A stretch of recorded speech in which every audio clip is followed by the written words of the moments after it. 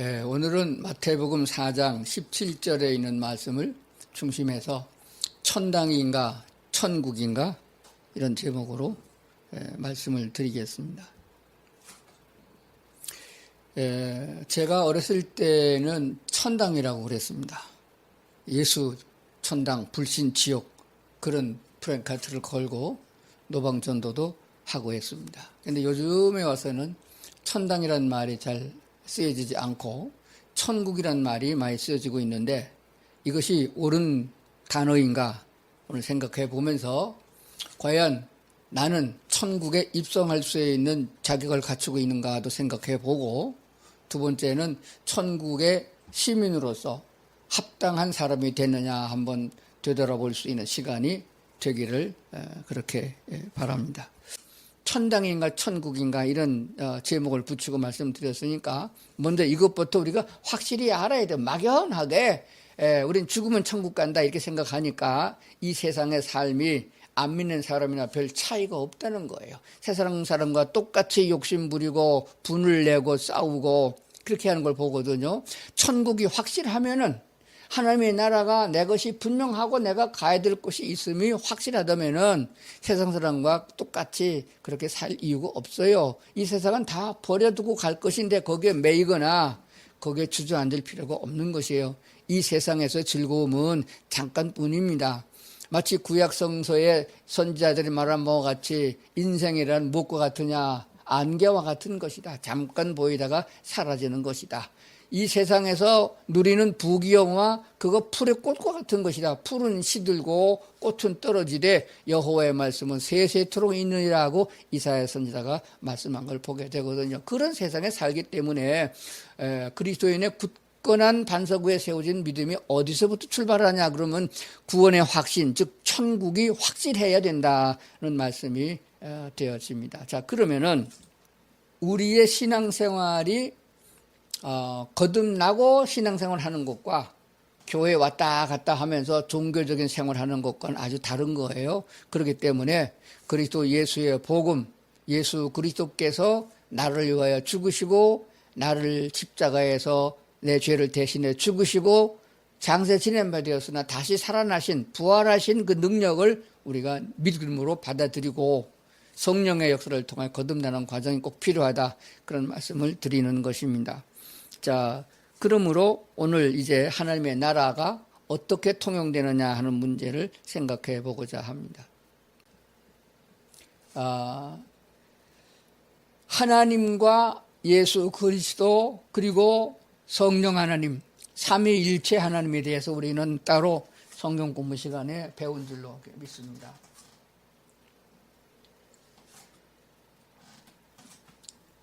왜 하나님이라고 했다가 예수라고 했다가 성령이라고 했다가 왔다 갔다 하냐, 그런데 그건 초신자들 얘기예요. 하나님은 한 분 하나님이신데 한 분 안에 세 성품이 계십니다. 그 성품이 우리에게 나타난 바 된 것을 보면은 천지를 창조하신 하나님, 창조물을 운행하시는 하나님 여호와 하나님이라 하고, 우리를 구원하기 위하여 인간의 모습으로 오신 하나님을 예수 성자 하나님이라고 말하고, 우리가 살아가는데 누구에게나 똑같이 편견이 없이 함께 하시고 도와주시고 이끌어주시는 하나님 성령 하나님이라 그렇게 말하는 거거든요.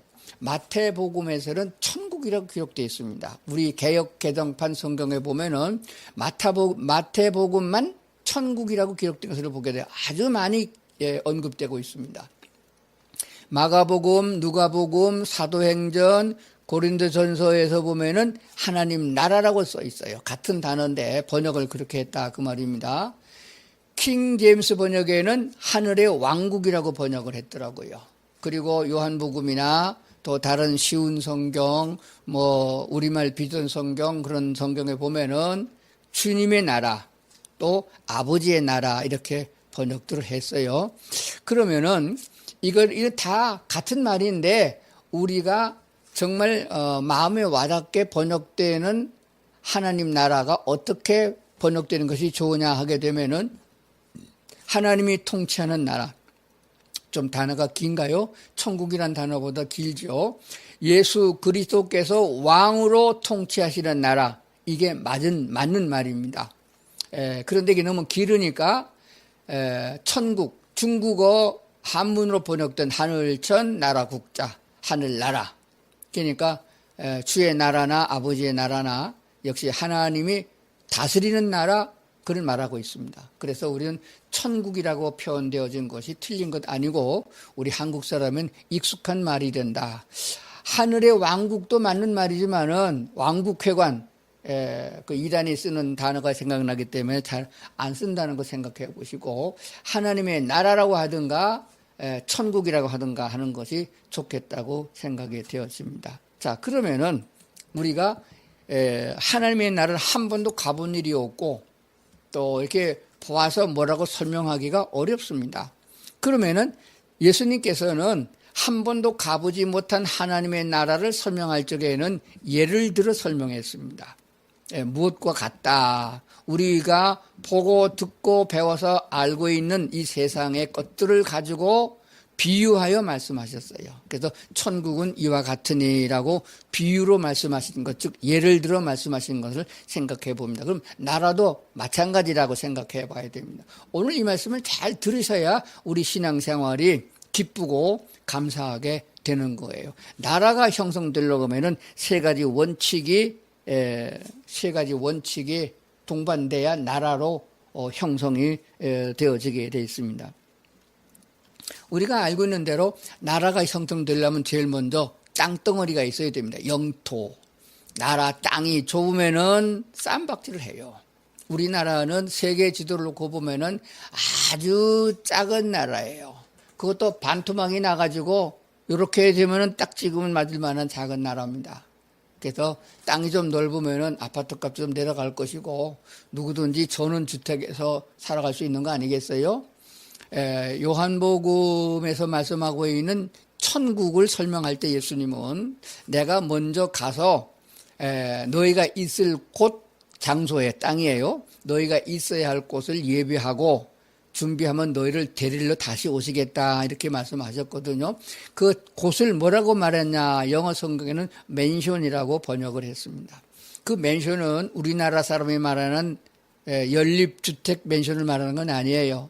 최소한도 우리가 머리로 생각하기에 한 2만 평쯤 되는 넓은 전원에서 정말로 고래등 같은 기와집으로 지어져 있는 아주 멋진 전원주택을 상상하면 될 것 같습니다. 그것도 내가 가본 게 아니니까 그렇게 말하는 것 뿐이에요. 그러니까 장소가 있어야 되는데 아담 이후로 마지막 심판되었을 때까지 모든 사람들 중에서 믿음으로 구원받은 사람이 다 같이 살아야 되는 하나님의 나라 얼마나 넓어야 될까요? 넓어야 됩니다. 우리가 과학적으로 알고 있는 대로 하나님 나라가 가기 전에 우주 공간에 있는 나라를 살펴보면은 지구보다 큰 별이 얼마나 많은지 모릅니다. 지구보다는 수천 배, 수만 배나 큰 별들이 많아요. 우리가 알고 있는 하늘의 별 그 뒤로 은하수라고 하는 별이 또 있는데 그 은하수 너머로 또 그런 은하수 같은 별나라가 또 있음을 보게 됩니다. 그러니까 하늘나라에 우리가 가보지 못했던 3층 천이나 4층 천에 하나님의 나라 천국을 마련했다고 하면은 우리 모든 사람이 아주 넉넉하게 살아갈 수 있는 넓이가 있는 국토가 되어지는 것입니다. 하여간 나라가 형성되려면 뭐가 있어야 된다? 땅덩어리, 국토가 있어야지 나라로 부름을 받게 돼요. 두 번째는 통치권자가 좋은 사람이 있어야 됩니다. 히틀러와 같은 통치권자가 있으면 아무리 땅이 넓어도 소용없잖아요. 지금 세계 땅 넓이 중에서 제일 넓은 땅을 차지하고 있는 데가 러시아 아니겠어요? 러시아는 못 쓰는 땅이 많아요. 얼음덩어리 많아요. 그린란드 거기에 다 얼음으로 되어 있는데 그거 다 자기네 땅이라고 하고 있거든요. 그런데도 조그만 나라 우크라이나, 그 나라 집어먹으려고 껄떡껄떡하고 지금 전쟁하고 있잖아요. 그런 통치자가 하늘나라에 왕으로 있으면 우리가 가늠안 하잖아요. 김정은 같은 이런 독재자가 있는 나라, 그리고 우리나라 역대 대통령을 다 살펴봐도 천국의 대통령으로 모실 만한 왕은 없는 것 같아요. 그러니까 하나님의 나라는 어떤 분이 왕이 되느냐, 가장 사랑이 많으시고 은혜로울 뿐만 아니라 확실한 아주 공정하신 진리를 가지고 계신 분, 바로 우리 여호와 하나님밖에 없습니다. 세 번째로 하나 더 있어야 됩니다. 백성이 있어야 돼요. 그게 참 어려운 겁니다. 믿음이 좋다 하는 목사님들 몽땅 다 천국에 갔다 오면 천국 되겠냐라고 물어봤더니 대답을 안 하더라고요. 목사들끼리 모아놓으면요, 네가 높으니 내가 높으니 하느라고 대접만 받아가지고 쌈박질을 하느라고 천국을 또 개판으로 만들어 놓을 거예요. 국회의원들 몽땅 다 집어다가 천국에 갖다 놓으면 그게 천국 되겠어요? 국회의원들 갖다 놓으면 다 썩어 빠져가지고 생명수의 강이 다 똥물 될 것 같아요. 그러면 장로님들, 권사님들, 집사님들 다 천국 갖다 놓으면 천국 되겠나요? 안 돼요. 이게 문제가 되는 거예요. 그래서 우리 하나님은 수천 년을 걸쳐서 하나님의 은혜를 부어주시면서 너희가 깨닫고 내가 너희를 사랑함과 같이 너희도 서로 사랑함을 배워라. 그래서 서로 사랑할 줄 아는 사람들이 하나님의 사랑과 은혜를 입고 하나님의 나라 가야 그게 천국이 되어지지. 욕심과 시기가 가득해서 쌈박질하고 교회가 두 쪽 세 쪽이 나고 교회가 성도들끼리 서로 고발해가지고 하나는 감옥에 가고 하나는 뭐 발 뻗고 자고 그 잠이 오겠어요? 그러므로 인간은 이 세상에 태어나가지고 하나님의 기준에 맞는 성도가 천국 백성이 될 수가 없어요. 본질적으로 악하고 우리 속에 악령이 거하여 우리에게 독하고 나쁜 마음을 주셔서 시기하고 질투하고 음란에 빠지고 죄악에 빠져서 헤매다가 회개도 못하고 지옥 가게 됐단 말입니다. 인간의 힘으로는 안 되고 율법을 지킬 수도 없고 행할 수도 없는 것. 그러므로 하나님께서는 우리를 거듭나게 하사 성령 하나님이 돌보심으로 인도하셔서 하나님이 우리를 만들어 가시고 완성된 자들로 천국의 시민이 되게 한다는 것을 알게 되는 것입니다. 그러나 분명한 사실은 하나님의 씨로 거듭나게 되면은 천국 시민권은 받은 자입니다. 그러나 천국 시민으로 합당한 자가 되게 하기 위해서는 믿음이 자라야 됩니다. 어느 만큼 자라야 되느냐? 그래서 성경에 본을 보였었어요. 믿음의 조상인 아브라함만큼 자라면 된다 하는 것입니다. 아브라함도 하나님의 말씀에 순종해서 갈대우르를 떠났지만은 계속 똑같은 마음으로 순종한 게 아니에요. 곁길로 빠졌다가 하나님의 도우심으로 되돌아오고 또 엎치락 뒤치락 하다가 결국 22년이 흐른 다음에 결국 하나님은 약속을 지키는 하나님이시구나. 하나님은 무엇이든지 하실 수 있는 분이구나. 죽은 자도 살리시는 분이구나.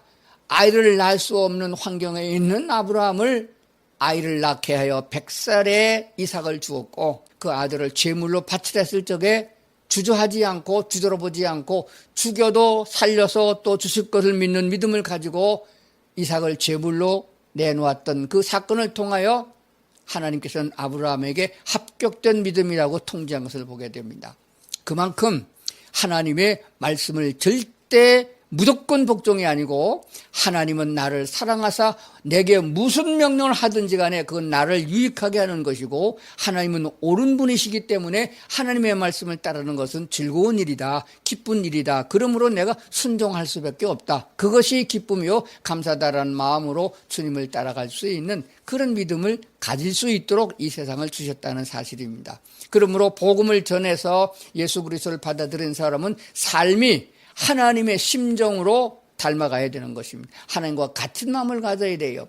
하나님께서 사랑하는 자를 나도 사랑할 수 있고 하나님이 괜찮다 하면 나도 괜찮게 여겨야 되겠고 하나님께서 불쌍히 여긴 자를 나도 불쌍히 여기는 마음을 가질 수 있어야 되는 거거든요. 하나님은 괜찮다 했는데 나는 저 쳐 죽일 놈, 저 낙한 놈, 나쁜 놈 그러고 있으면은 하나님이 얼마나 섭섭하겠어요. 그래서 하나님은 이 세상이라는 곳에서 사람들을 뒹굴리면서 그 중에서 깨닫고 마음의 밭을 갈아 옥토가 되어져서 하나님의 말씀을 받아들여서 믿음이 자라게 하시는 하나님의 모습을 보게 된다는 것을 알아야 되는 것입니다. 전쟁은 끝이지 아니하고 싸움도 끝이지 아니하고 이런 상황이 있거든요. 왜 그런가 하게 되면은 하나님의 말씀, 진리인 하나님의 말씀을 기준해서 살아야 되는데 말씀을 배우지 않고 하나님의 말씀을 귀담아 듣지 않고 자기 생각과 자기 이론을 내세우기 때문에 이런 일이 일어나는 거거든요. 그래서 교회는 진리인 하나님의 말씀을 가르쳐야 할 책임이 있고 성도들은 진리의 말씀에 귀를 열고 그 말씀을 따라가는 삶이 필요하다고 말씀을 드리는 것입니다. 나라에 대한 얘기가 나왔으니까 우리나라 얘기 좀 하십시다. 대한민국 언제부터 우리나라가 건국되어진 것이 언제인가요? 이 문제가 요즘 시끄럽게 되어 있습니다. 광복회 회장이라는 사람이 전에 회장도 개판이었고 새로 지금 되어져 있는 광복회 회장도 이거는 초등학교 수준도 안 되는 생떼를 쓰고 있습니다. 이런 사람들이 원로라고 하고 있고 광복이란 이 억압에서부터 자유를 얻은 광복 그에 대해서 회장이라는 사람들이 그런 짓을 하니까 거기에 또 동조해가지고서 정당 하나가 다 거기에 박수를 치고 있고 거기에 또 그게 맞다고 하는 사람이 많으니까 문제가 되는 거 아니겠어요? 나라가 형성되려면은 영토가 있어야 됩니다. 상해 임시정부가 세워졌을 적에 영토가 있었나요? 일본은 그 뺏겼잖아요. 없잖아요. 그러면 주권자가 있었나요? 없었어요. 임시로다가 대통령 빼놓고 주석이 있고 무슨 장관급을 일할 수 있는 사람 몇을 뽑은 것 뿐이지 그 지네들이 뽑았지 대한민국 국민이 뽑은 거 아니잖아요. 주권자가 없었어요. 그리고 백성이 있었나요? 상해나 이게 외국에 나가가지고 나는 대한민국 사람이다 하고 소리쳤지만 누가 인정해 줬나요? 그건 없어요. 그러니까 결국 나라로 인정을 받지 못한 것입니다. 일본이 미국에 의해서 전쟁을 통해서 패망하고 그리고 어부지리로 많은 나라들이 독립을 하게 된 것입니다. 그게 1945년 8월 15일 우리가 광복을 맞았잖아요. 그리고 그 준비 기간을 거쳐서 1948년 8월 15일 날 우리나라가 공식적으로 선거를 통해서 헌법을 제정하고 헌법에 의해서 국회의원이 선출되고 그들에 의해서 법에 의해서 대통령 선거를 통해서 이승만 대통령이 초대 대통령으로 되어졌고 그 사실을 가지고 유엔에 가가지고 공식적으로 결의를 통해서 대한민국은 남한 반쪽이 땅덩어리는 반쪽이지만 그래도 나라로 인정을 받아서 유엔에 등재가 된 거거든요. 그리고 1년 반 후에 6.25 사변이 터졌잖아요. 북한이 탱크를 몰고 쳐내려왔잖아요. 그랬더니 세계 국제기구 유엔에서는 우리 유엔 기구에 가입된 나라가 침략을 받았으니 우리가 도와줘야 된다. 그래서 전 세계 유엔의 가입 국가들이 다 나와가지고 한국을 도와줘서 우리가 전쟁에서 승리하고 지금 휴전선이 걷긴 걷었지만은 우리가 이만큼 나라가 구성된 것을 알게 되어집니다. 그러니까 건국은 1948년이 돼야 맞지 1919년 임시정부가 된 것은 아니다. 우리가 그렇다고 해서 해방을 무시하거나 또는 상해 임시정부를 무시해서는 안 되는 거예요. 그들이 또 얼마나 일본과 맞서서 독립운동을 했으며 만세운동을 했으며 싸우는가 피를 흘린 공이 있고 우리가 그걸 다 인정해야 됩니다. 그렇지만은 상해 임시정부를 바탕으로 하여 대한민국이 건국된 것은 1948년 8월이다. 이렇게 해야 맞는 것이고 이렇게 기준을 잡아서 백성들을 가르쳐야 되겠고 자녀들을 가르쳐서 나라가 하나가 되어져야지. 들판국에 편을 갈라가지고 임시상해정부부터 대한민국이다. 지금 북한과 똑같은 짓을 하고 있으니까 나라가 통일이 되지 않고 분란이 된단 말이야. 나라도 지금 국토도 반쪽이 돼버렸는데 사람들조차도 반 나눠져가지고 네가 옳으니 내가 옳으니 하고 있으면 이게 싸움이 되냐 하는 것이에요. 그러니까 사람들끼리 싸워봤자 그건 또 개들이 싸우는 거랑 똑같아요. 짐승이 싸우는 것과나 벌레가 싸우는 것 똑같습니다. 하나님이 통치하시는 그 통치 기준에서 봐야 되는 것이에요. 하나님이 판가름하는 기준치가 가려고 그러면 진리이신 하나님의 말씀에 입각하여 우리가 어떠한 사람이 되어야 되느냐 하는 걸 생각하면서 하나님이 축복하시고 기적적으로 우리에게 자유를 주시고 광복을 주신 하나님의 은혜를 잊어버리지 않고 그 신앙의 토대 안에 나라가 부흥 발전되어야 하는 것이고 앞으로 남북통일도 복음으로 통일되어져서 우리나라가 건국되어지고 헌법을 만들 적에 헌법에 기초한 자유통일로 통일이 되어져야 된다는 분명한 사실을 말씀을 드린 것입니다. 자, 에베소서 2장에 있는 말씀을 보고 마무리를 하도록 하겠습니다. 자, 에베소서 2장에 있는 말씀을 보겠습니다. 조금 알아듣기 좋게 우리말 비전 성경 번역된 것으로 썼습니다. 여러분 또한 여러분의 허물과 죄로 죽은 사람들이었습니다. 그때 여러분은 이 세상 풍속을 따라 허물과 죄 가운데 살았고 공중의 권세 잡은 자, 곧 지금 불순종하는 이들들 가운데 활동하고 있는 영을 따라 살았습니다. 3절. 그때는 우리도 다 그들 가운데 속해 육체의 마음에 원하는 것을 향하며 마음에 원하는 것들을 행하며 육체의 욕망대로 살았습니다. 그래서 우리도 그들과 마찬가지로 태어날 때부터 진노의 자녀들이었습니다. 에베소서가 무엇을 말씀하고 있나요? 우리가 그전에는 허물과 죄로 죽었던 사람들입니다. 그땐 어떻게 살았느냐? 악한 마귀를 따라가지고 그 가운데 속해 있어서 육체와 마음에 원하는 대로 살았다. 육체의 욕망대로 살았지 않습니까? 그건 다 하나부터 열까지가 다 죄악이다. 그래서 우리도 그들과 마찬가지로 태어날 때부터 진노의 자녀, 즉 지옥 갈 자녀였다고 말씀하고 있습니다. 그러면 우리가 그 가운데서 어떻게 새롭게 되어지느냐? 하나밖에 없습니다. 그리스도 예수를 통하여 우리 모든 죄가 본질적으로 사함을 받고 하나님의 생명으로 다시 태어난 거듭난 자의 삶으로 하나님의 형상을 닮아서 위로 올라갈 수 있는 오른쪽으로 하나님 편으로 주님과 동행할 수 있는 길을 열어주셨고 그리로 오라고 말씀하신 것입니다. 그것까지 강제로 하지 않고 하나님께서는 우리에게 자유를 주셔서 너희가 스스로 여호와 하나님을 경외하는 자 되라고 말씀하시는 줄로 그렇게 믿습니다. 자, 결론입니다. 왕이신 예수 그리스도께서 통치하시는 나라, 하나님의 나라, 천국을 말합니다. 천당이 아니고 천당은 어떤 조그마한 장소를 말한 것이지만 천국은 나라를 말하는 것이에요. 나라가 형성되려면 세 가지 원칙이 있어야 된다. 국토가 있어야 되고 주권자가 있어야 되고 백성이 있어야 된다. 그래서 우리 하나님은 국토와 주권자까지는 다 마련해 놓으셨잖아요. 그리고 주의 백성이 채워지면은 우리가 다 이제 그 나라에 가서 영원토록 살게 된다는 것입니다. 하나님의 나라는 어떤 사람이 사는 나라냐?